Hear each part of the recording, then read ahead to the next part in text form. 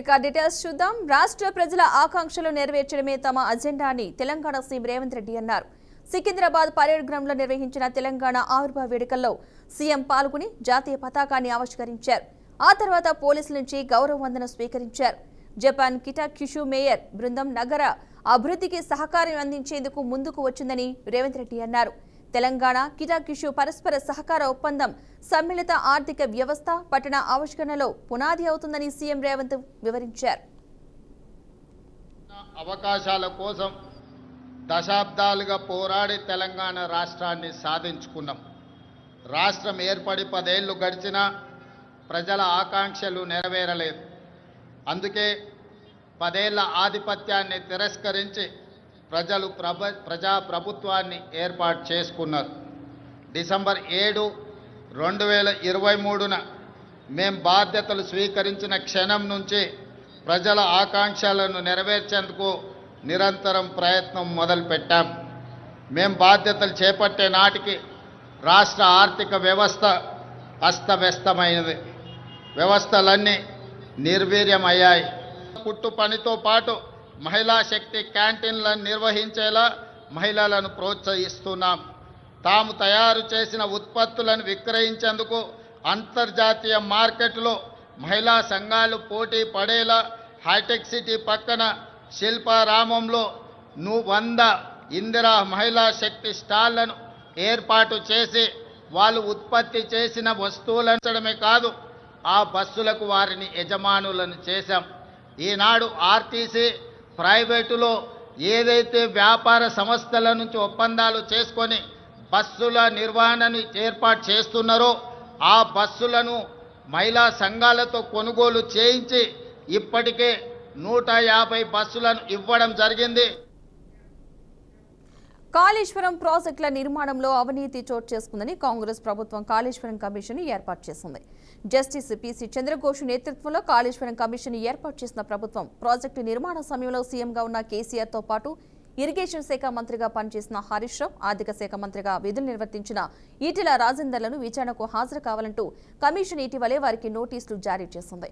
ఈ నేపథ్యంలోనే June 5న KCR commission ఎదుట విచారణకు హాజరు కావాల్సి ఉండగా తాను జూన్ 5న విచారణకు హాజరు కాలేనని, జూన్ 11న తప్పక హాజరవుతానంటూ తాజాగా కేసీఆర్ కమిషన్ కు సమాచారం అందించారు. కేసీఆర్ అభ్యర్థనను పరిగణలోకి తీసుకున్న కమిషన్ ఇందుకు అంగీకరించింది. ఇక దీంతో కేసీఆర్ జూన్ 11న కమిషన్ ముందుకు హాజరు కానున్నారు.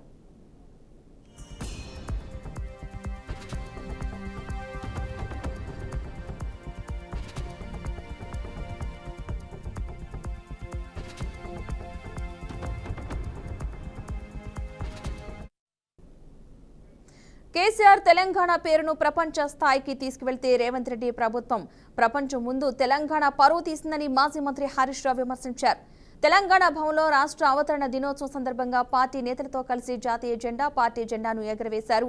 అభివృద్ధిలో కేసీఆర్ అగ్రగామి అయితే అబద్దాలు ఆటంలో రేవంత్ రెడ్డి అగ్రగామి అని ఎద్దేవా చేశారు. ఇదే ఈ ఇద్దరి మధ్య తేడా అని హరీష్ రావు ధ్వజమెత్తారు. బీఆర్ఎస్ ఏ పార్టీతో పొత్తు పెట్టుకోదని, రాబోయే ఎన్నికల్లో ఒంటరిగానే పోటీ చేసి 100 సీట్లతో అధికారంలోకి వస్తుందన్నారు. కాంగ్రెస్ సర్కార్ను అర్జెంటుగా గద్దెదించి తాము అధికారంలోకి రావాలనే ఆలోచనలో లేమని కేసీఆర్ ఇదివరకే స్పష్టం చేశారని హరీష్ రావు గుర్తు చేశారు. మేము వదిలిపెట్టాం. రాష్ట్ర ప్రభుత్వం ఫెయిల్ అయితే, బీఆర్ఎస్ ప్రభుత్వం అవసరమైతే సుప్రీంకోర్టుకు వెళ్ళైనా సరే గోదావరి బంకచెర్ల ప్రాజెక్టును ఆపి తీర్థం, తెలంగాణ ప్రయోజనాలు కాపాడతాం. బీజేపీ నాయకులారా, తెలంగాణ మీద ప్రేమ ఉంటే వెంటనే గోదావరి బంకచెర్లను ఆపండి, తెలంగాణ ప్రయోజనాలు కాపాడండి అని చెప్పి నేను ఈరోజు డిమాండ్ చేస్తా ఉన్నా. బీఆర్ఎస్ సొంతగానే ఉంటుంది, ఒంటరిగానే మళ్ళీ అధికారంలోకి వస్తుంది, 100 సీట్లతో అధికారంలోకి వస్తుంది తప్ప ఏ పార్టీతో బీఆర్ఎస్ పొత్తు పెట్టుకోదు. ఎవడో పెట్టుకుంటామన్నట్టు ఇంకోడెవడో పెట్టుకుంటారన్నట్టు మాట్లాడుతుంది. ఎవరితో పొత్తు పెట్టుకోము. బీఆర్ఎస్ కేసీఆర్ నాయకత్వంలో మళ్ళీ అధికారంలోకి వచ్చేది ఖాయం. ఇలా ప్రజలే కోరుకుంటున్నారు. ఎక్కడ పోయినా అదే చర్చ జరుగుతుంది. ఏదో 4 ఎక్కువ వస్తాయి అనుకుని ఓటేసినాం బిడ్డ, 4 ఎక్కువ వస్తాయి అనుకున్నాం కానీ గిట్లయితుంది అనుకోలేదు అని ఎవరిని మాట్లాడించినా చెప్తా ఉన్నారు. ఏం చెప్పిండ్రు వాళ్ళు ఆ రోజు?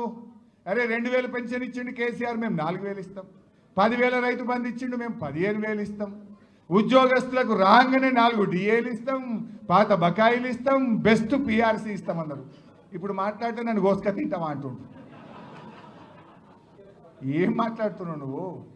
మరి వీళ్ళకేమో పైసలు లేవంటావు. నీకు అందాల పొట్టులకు పైసలు ఎడికెళ్ళి వచ్చినాయి? నీ భూముల కాడికి 4,000 కోట్లతో 6 లైన్ రోడ్డుకు డబ్బులు ఎడికెళ్ళి వచ్చినాయి? 1,000 కోట్ల రూపాయలతో టెండర్లు ఎడికెళ్ళి పిలుస్తున్నావు. రుణమాఫీ చేయమంటే పైసలు. తెలంగాణ రాష్ట్ర మాజీ ముఖ్యమంత్రి కేసీఆర్ పై మాజీ మంత్రి మల్లారెడ్డి హాట్ కామెంట్స్ చేశారు. అతి త్వరలోనే కేసీఆర్ ముఖ్యమంత్రి కాబోతున్నారని, ఎవరూ భయపడకూడదని చెప్పారు. తెలంగాణ భవన్లో రాష్ట్ర ఆవిర్భావ దినోత్సవం వేడుకలు గ్రాండ్గా నిర్వహించారు. ఈ సందర్భంగా తెలంగాణ గులాబీ పార్టీ నేతలు జాతీయ జెండాను ఆవిష్కరించారు. ఈ కార్యక్రమంలో మల్లారెడ్డి అదిరిపోయే స్పీచ్ ఇచ్చారు. 3 సంవత్సరాలు ఆగండి, మళ్లీ మన కేసీఆర్ వస్తారని, ఎందుకంటే వాళ్ళ గొయ్యి వాళ్లే తవ్వుకుంటున్నారంటూ కాంగ్రెస్ పార్టీకి మల్లారెడ్డి చురుకలంటించారు. అప్పటి వరకు గులాబీ పార్టీ నేతలు ఓపిక పట్టాలని రిక్వెస్ట్ చేశారు. 3 ఏళ్ళు లోపుకే పట్టుండ్రి. 3 ఏళ్ళు అయితే మన రాజ్యమే వస్తుంది, మన కేసీఆర్ వస్తాడు. మనకు ప్రాబ్లం లేదు, ఎందుకంటే వాళ్ళ గోయి వాళ్ళే తవ్వుకుంటున్నారు. వాళ్ళ గోయి ఎవడో తవ్వేది అవసరమే లేదు. కాబట్టి వాళ్ళు ఇంత ఘోరం చేస్తారని ప్రజలకు అర్థమైపోయింది. భయపడేది ఏం లేదు. 3 ఏళ్ళు లోపుకే పట్టుండ్రి. 3 ఏళ్ళు అయితే మన రాజ్యమే వస్తుంది, మన కేసీఆర్ వస్తాడు. మనకు ప్రాబ్లం లేదు, ఎందుకంటే వాళ్ళ గోయి వాళ్ళే తవ్వుకుంటున్నారు. వాళ్ళ గోయి ఎవడో తవ్వేది అవసరమే లేదు. కాబట్టి వాళ్ళు ఇంత ఘోరం చేస్తారని ప్రజలకు అర్థమైపోయింది. భయపడేది ఏం లేదు. బీజేపీ ఎమ్మెల్యే రాజాసింగ్ కీలక వ్యాఖ్యలు చేశారు. ఇటీవల కాలంలో బీజేపీ రాష్ట్ర నాయకత్వంపై గోషామహల్ బీజేపీ ఎమ్మెల్యే రాజాసింగ్ అసహనం వ్యక్తం చేశారు. రాజాసింగ్కు నోటీస్ ఇవ్వడానికి పార్టీ ప్లాన్ చేస్తుందనే చర్చ తెరపైకి వచ్చింది. ఇక దీనిపై స్పందించిన రాజాసింగ్ సంచలన వ్యాఖ్యలు చేశారు. ఒకవేళ అదే నిజమైతే నోటీస్ కాదు, ఏకంగా తనను సస్పెండ్ చేయాలంటూ రాజాసింగ్ సంచలన ప్రకటన చేశారు. అదే సమయంలో కొన్ని అనుచిత వ్యాఖ్యలు కూడా చేశారు. ఒకవేళ తనను సస్పెండ్ చేస్తే అప్పుడు అందరి జాతకం బయట పెడతానని హాట్ కామెంట్ చేశారు. ఎవరి వల్ల పార్టీకి నష్టం జరిగింది అనే నిజాన్ని ప్రజల ముందు ఉంచుతా అని హెచ్చరించారు.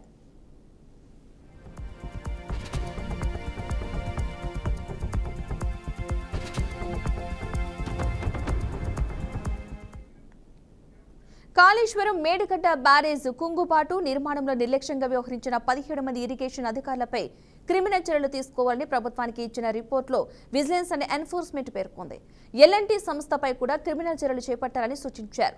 విజిలెన్స్ రిపోర్టులో పలువురు మాజీ ఈఎన్సీలు, ప్రస్తుత సీఈల, ఎస్ఈల పేర్లు కూడా ప్రస్తావించారు.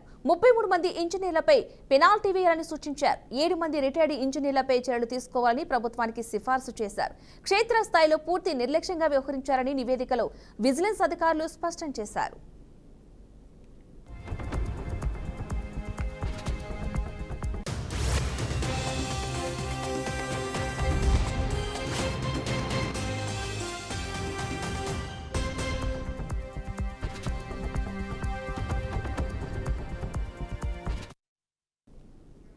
సీఎం రేవంత్ పై దుబ్బాక ఎమ్మెల్యే కొత్త ప్రభాకర్ రెడ్డి చేసిన కామెంట్స్ కు జగ్గారెడ్డి కౌంటర్ ఇచ్చారు.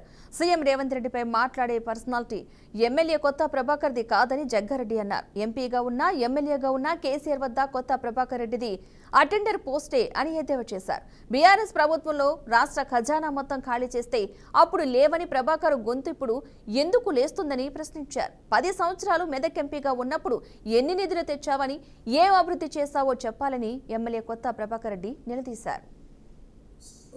పరిపాలన మీద ముఖ్యమంత్రి రేవంత్ రెడ్డికి సంబంధించిన ఫంక్షనింగ్ పరిపాలన మీద కామెంట్స్, అంటే మా ఉమ్మడి జిల్లా టీఆర్ఎస్ పార్టీ ఎమ్మెల్యే కొత్త ప్రభాకర్ రెడ్డి కామెంట్స్కి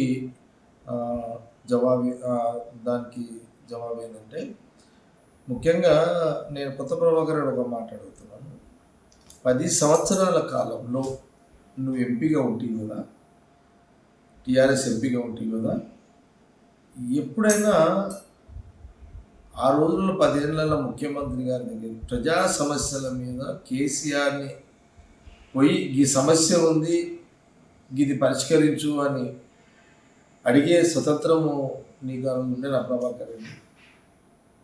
ఇంకా నా పార్టీ, నా గవర్నమెంట్ కాబట్టి నువ్వు లేనిది నువ్వు ఏదో విమర్శిస్తున్నావు కాబట్టి దానికి కౌంటర్గా నా జవాబు ఏంటంటే, మా దగ్గర ఆర్డినెన్స్ ఫ్యాక్టరీ ఉన్నది. ఇప్పుడు మన దగ్గర 10 ఏళ్ళు నువ్వు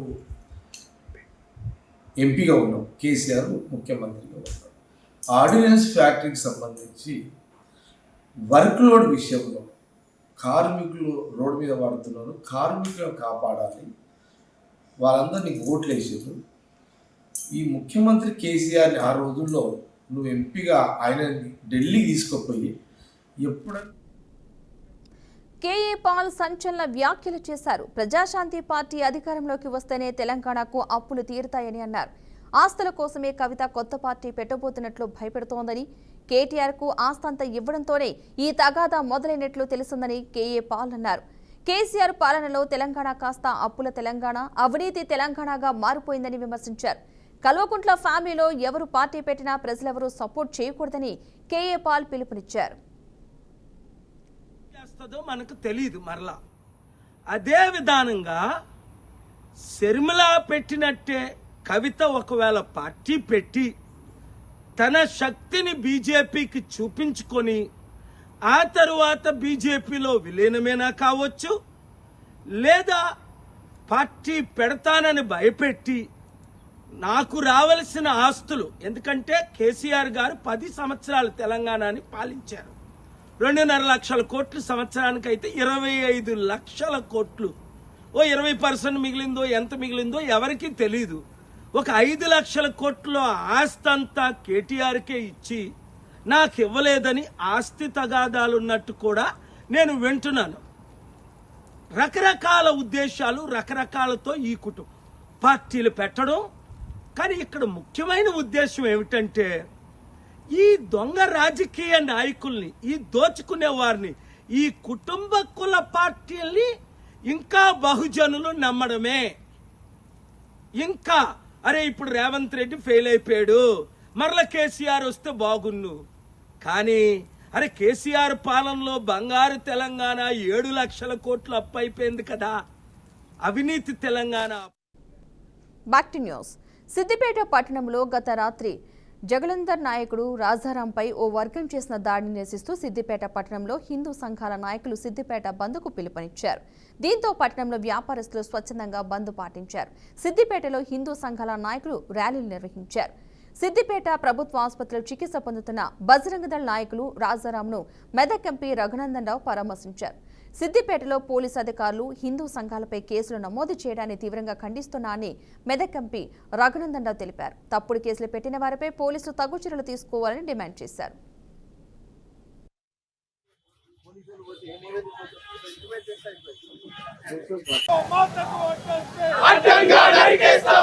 పోలీస్ యంత్రాంగం కూడా ఎంతసేపు హిందువుల మీద కేసులు ఎట్లా పెడదాం, ప్రతి దాంట్లో హిందువులదే తప్పు ఉందనేటువంటి ఆలోచన తప్ప ఇంకొకటి చేయలేకపోవడం అనేది బాధాకరమైనటువంటి విషయం.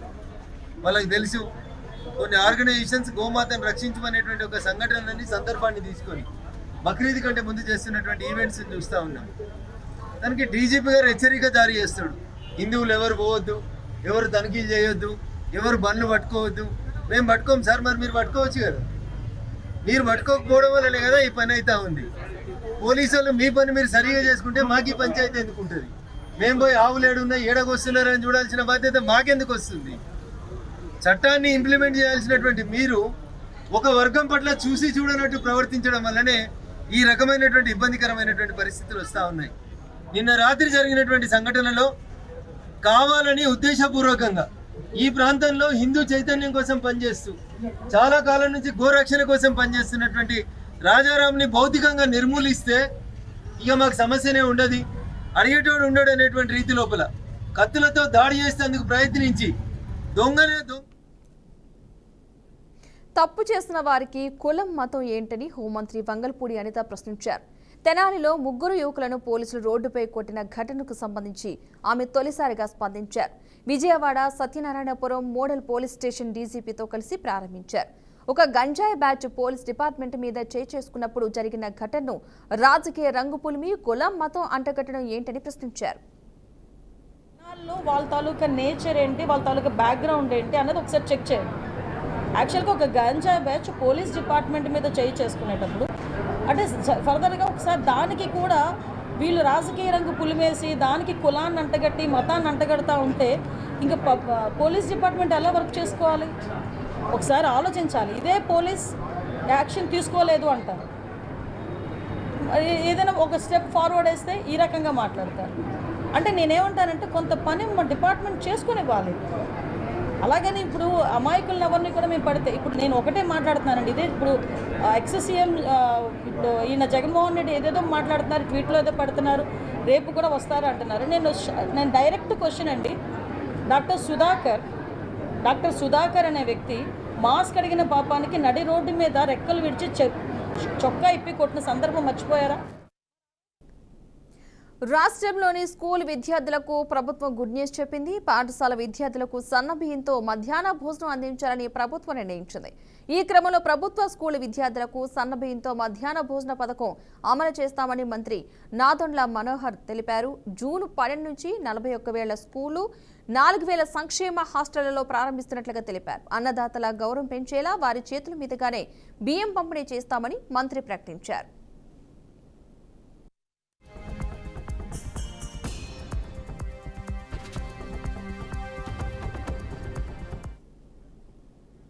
పేదలకు అందుబాటులో ఉండాలనే రేషన్ షాపుల ద్వారా సరుకులు అందిస్తున్నామని మంత్రి కొల్లు రవీంద్ర అన్నారు. వైసీపీ హయాంలో రేషన్ బియ్యం పక్కదారి పట్టిందని ఆరోపించారు. ప్రజల కోరిక మేరకే రేషన్ షాపుల ద్వారా సరుకులు అందించడం జరుగుతుందన్నారు. షాపులు అందుబాటులో ఉంటే ఏ సమయంలోనైనా సరుకులు తెచ్చుకునే వాళ్లమని ప్రజలు తెలిపారని, అందువల్లే ప్రభుత్వం ఈ నిర్ణయం తీసుకుందని మంత్రి కొల్లు స్పష్టం చేశారు. ఆంధ్రప్రదేశ్ రాష్ట్ర ప్రభుత్వం గౌరవ ముఖ్యమంత్రి వర్యులు నారా చంద్రబాబు నాయుడు గారు, అలాగే ఉప ముఖ్యమంత్రి వర్యులు పవన్ కళ్యాణ్ గారు, నారా లోకేష్ గారు, అలాగే సివిల్ సప్లైస్ మినిస్టర్ మనోహర్ గారు దీని మీద ప్రభుత్వం వచ్చిన దగ్గర నుంచి అటు ప్రజల దగ్గర నుంచి కానీ డీలర్స్ నుంచి కానీ అనేక విన్నపాలు వచ్చినాయి. బియ్యం మొత్తం కూడా డైవర్ట్ అయిపోతుంది. బియ్యం రేషన్ డిపోలో ఉన్నట్టయితే రాష్ట్రంలో కూటమి ప్రభుత్వం హింసకు దిగిందని వైసీపీ నేత సజ్జల రామకృష్ణారెడ్డి తీవ్ర వ్యాఖ్యలు చేశారు. చంద్రబాబు ప్రమాణ స్వీకారానికి ముందే టెర్రర్ క్రియేట్ చేస్తారని ఎద్దేవా చేశారు. వైసీపీ నేతలపై కుట్రపూరితంగా స్క్రిప్ట్ రాసుకుని కేసులు పెడుతున్నారని మండిపడ్డారు. చట్టాలను అమలు చేయాల్సిన వారిని విస్తృతంగా వాడుకునే ఎలాంటి పరిస్థితులు ఉంటాయో తెనాలి ఘటన తెలియజేస్తుందంటూ కూడా అన్నారు. పథకం ప్రకారము కుట్రపూరితంగా చేస్తే ఎంతవరకు పోవచ్చు అనేది పరాకాష్ఠకు తీసుకెళ్లారు. దాని తర్వాత జరుగుతున్నవి చూస్తే అక్కడి నుంచి మొదలై నాయకుల మీద, సీనియర్ నాయకుల మీద ఒకసారి రుచి మరిగాక వాళ్ళకి అర్థమైంది కేసు అవసరం లేదు, ఎవిడెన్స్ అవసరం లేదు, ఒక కథ రాసుకుంటే స్క్రిప్ట్ పక్కాగా ఉంటే ఆ పాత్రలో అంబటి రాంబాబునైనా తీసుకురావచ్చు, విడుదల రజనీనైనా తీసుకురావచ్చు, నాగార్జునైనా తీసుకురావచ్చు, ఇంకోరినైనా తీసుకురావచ్చు, ఆఖరుకు జగన్మోహన్ రెడ్డి గారి వరకైనా పోవాలంటే పోవచ్చు అని చూపే ప్రయత్నం. అల్లూరి సీతారామరాజు జిల్లా చింతూరు డివిజన్ ఉప ఖజానా కార్యాలయంలో ఓ కీలక అవినీతి ఉదంతం వెలుగులోకి వచ్చింది. STO Vamshi Kalyan, senior accountant Samuel లంచం తీసుకుంటూ ఏసీబీ అధికారులకు రెడ్ హ్యాండెడ్గా పట్టుబడ్డారు. ఓ పాఠశాల ఉపాధ్యాయుడు పకీర్ దొరకు సంబంధించిన 12 లక్షల రూపాయల బిల్లుల కోసం ఎస్టీఓను సంప్రదించగా లంచం డిమాండ్ చేయడంతో బాధిత ఉపాధ్యాయుడు తమను ఆశ్రయించినట్లు ఏసీబీ అధికారులు తెలిపారు. దీంతో పక్కా ప్లాన్ ప్రకారం బాధితుని వద్ద ఎస్టీఓ 1 లక్ష రూపాయల నగదు తీసుకుంటూ ఉండగా రెడ్ హ్యాండెడ్గా పట్టుకున్నట్లు డీఎస్పీ నాగేశ్వరరావు వెల్లడించారు. ఫకీర్ దొరగారు ఈయన ఈ నరసింహపురం విలేజ్లో గవర్నమెంట్ ట్రైబల్ వెల్ఫేర్ ఆశ్రమ హై స్కూల్లో బాయ్స్ స్కూల్లోని హెడ్ మాస్టర్గా పనిచేస్తున్నారు. ఆయన సుమారు 10 సంవత్సరాల క్రితము మధ్యలో ఒక 3 సార్లు ఆయన సస్పెన్షన్కి గురి అవ్వడం జరిగింది. ఈ 10 సంవత్సరాల తాలూకా సస్పెన్షన్ కొంత మధ్యకాలంలో సస్పెన్షన్ ఇంక్రిమెంట్ ఏరియర్స్ డబ్బులు సుమారు 12 లక్షల రూపాయలు అతనికి రావాల్సి ఉంది. అతను దానికి సంబంధించి జనవరి నెలలో బిల్లు పెట్టడం జరిగింది. అయితే దాంట్లో 20% సుమారు 2,50,000 రూపాయలు దాంట్లో లంచంగా డిమాండ్ చేశారు. ఇక్కడ ఎస్టీఓగా పనిచేస్తున్న వంశీ. తనపై రాజేంద్ర ప్రసాద్ ఉద్దేశపూర్వకంగా వ్యాఖ్యలు చేయలేదని నటుడు అలీ చెప్పారు. ఆయన మాట తూలిందని నిజమని అన్నారు. ఇటీవల జరిగిన ఓ ఈవెంట్లో అలీపై రాజేంద్ర ప్రసాద్ చేసిన కామెంట్స్ చర్చ జరగడంతో అందుకు సంబంధించిన వీడియోలను ప్రోత్సహించవద్దని అలీ విజ్ఞప్తి చేశారు. రాజేంద్ర ప్రసాద్ మంచి ఆర్టిస్ట్ అని, ఆయన తన కుమార్తెను కోల్పోయి పుట్టెడు దుఃఖంలో ఉన్నారని తెలిపారు. ఆయన మాటల్లో కొందరు తప్పుగా అర్థం చేసుకున్నారని, ఆయన ఎప్పుడు ఇతరులతో సరదాగా ఉంటారని వివరించారు. రాజేంద్ర ప్రసాద్ పెద్ద ఆయన అని, ఈ విషయాన్ని ఇంతటితో వదిలేయాలని అభిమానులకు, నెటిజన్లకు అలీ సూచించారు. నిన్న కృష్ణారెడ్డి గారు పుట్టినరోజు సందర్భంగా ఈవెంట్లో అనుకోకుండా ఆయనకి మాట తుల్లింది, అది సరదాగా అని. బట్ ఏంటంటే దీన్ని తీసుకొని మీడియా మిత్రులు దీన్ని కొద్దిగా వైరల్ చేస్తున్నారు. ప్లీజ్, ఆయన మంచి ఆర్టిస్టు, ఆయన పుట్టుడు దుఃఖంలో ఉన్నాడు, మనందరికీ తెలుసు. ఇటీవల మంచి కాలంలో తన కూతురు పోయింది, అమ్మలాంటి బిడ్డ. సో అందుకోసం ఆయన కావాలని చెప్పింది కాదు. దీన్ని మళ్ళీ ఎవరు కూడా దీన్ని రప్చర్ చేయకండి ప్లీజ్. ఆయన పెద్ద ఆయన. నమస్కారం, అందరికీ నమస్కారం. 2000 రూపాయల నోట్లపై రిజర్వ్ బ్యాంక్ ఆఫ్ ఇండియా కీలక ప్రకటన చేసింది. 100% 2000 నోట్లు రిటర్న్ కాలేదని ఆర్బీఐ తెలిపింది. గతంలో 2000 రూపాయల నోట్లలో దాదాపు 98.04% నోట్లు ప్రజల నుంచి తిరిగి బ్యాంకులకు వచ్చి చేరినట్లు ఆర్బీఐ వెల్లడించింది. అయితే ఇప్పుడు తాసా మరో కీలక ప్రకటన చేసింది. ఇంకా ప్రజల వద్దే 2000 నోట్లు 6184 కోట్లు ఉన్నాయని ఆర్బీఐ తెలిపింది.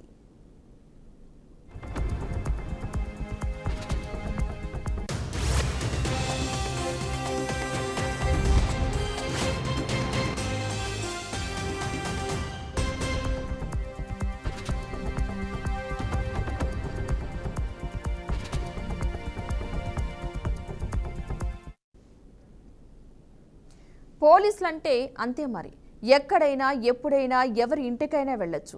అనుమతి అవసరం లేదు. అడ్డుకున్నా ఒప్పుకునేది లేదు. ఆడ మగ అనే తేడా లేదు. ఎక్కడ పడితే అక్కడ చేతులు వేసి నెట్టుకుంటూ వెళ్ళిపోవచ్చు అని ఈ వీడియో చూస్తే అర్థమవుతోంది. ప్రకాశం జిల్లాలో శాంతి భద్రతలు కాపాడేందుకు పోలీసులు చేసిన దౌర్జన్య సాహసం ఇప్పుడు తెలుగు రాష్ట్రాల్లో వైరల్గా మారింది. ప్రకాశం జిల్లా కొండపి మండలం జాలపాలెం గ్రామంలో కేసు విచారణకు 3 పోలీసులు ఓ ఇంట్లో నిర్వహిస్తున్న షాపు వద్దకు వెళ్లారు. అక్కడున్న సీసీ ఫుటేజ్ కావాలని అడిగారు. అయితే ఆ ఇంట్లో మహిళ అభ్యంతరం వ్యక్తం చేశారు.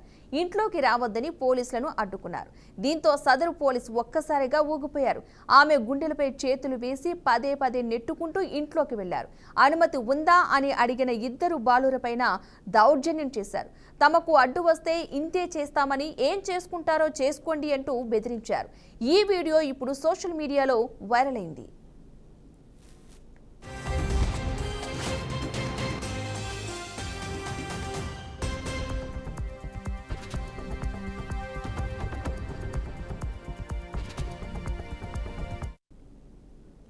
భారత్లో కరోనా విజృంభిస్తోంది. దేశంలో కోవిడ్ కేసులు 4000కు చేరుకున్నాయి. ప్రస్తుతం కోవిడ్ యాక్టివ్ కేసులు 3961కి చేరగా దేశంలో కరోనాతో మరో 4 మృతి చెందారు. కేరళలో అత్యధికంగా 1435 కరోనా కేసులు నమోదయ్యాయి. ఢిల్లీ, తమిళనాడు, కేరళ, మహారాష్ట్రలో ఒక్కొక్కరు కరోనాతో మృతి చెందారు. ఢిల్లీలో కరోనాతో 22 ఏళ్ల యువతి మృతి చెందింది. ఇక ఇప్పటివరకు కరోనాతో 32 మంది మృతి చెందినట్లు అధికారులు వెల్లడించారు.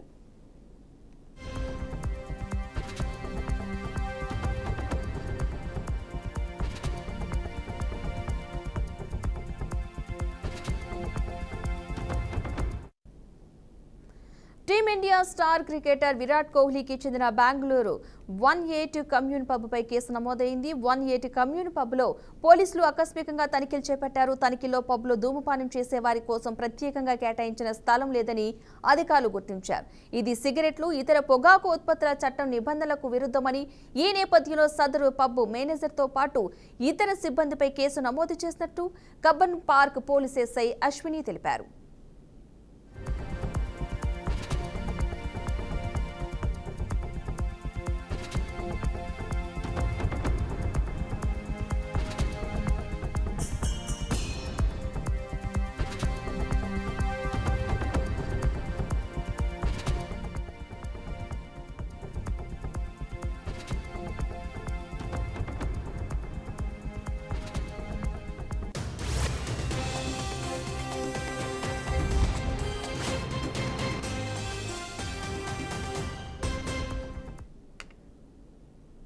ఇకవే bulletin updates keep watching BRK news Telugu సత్తా.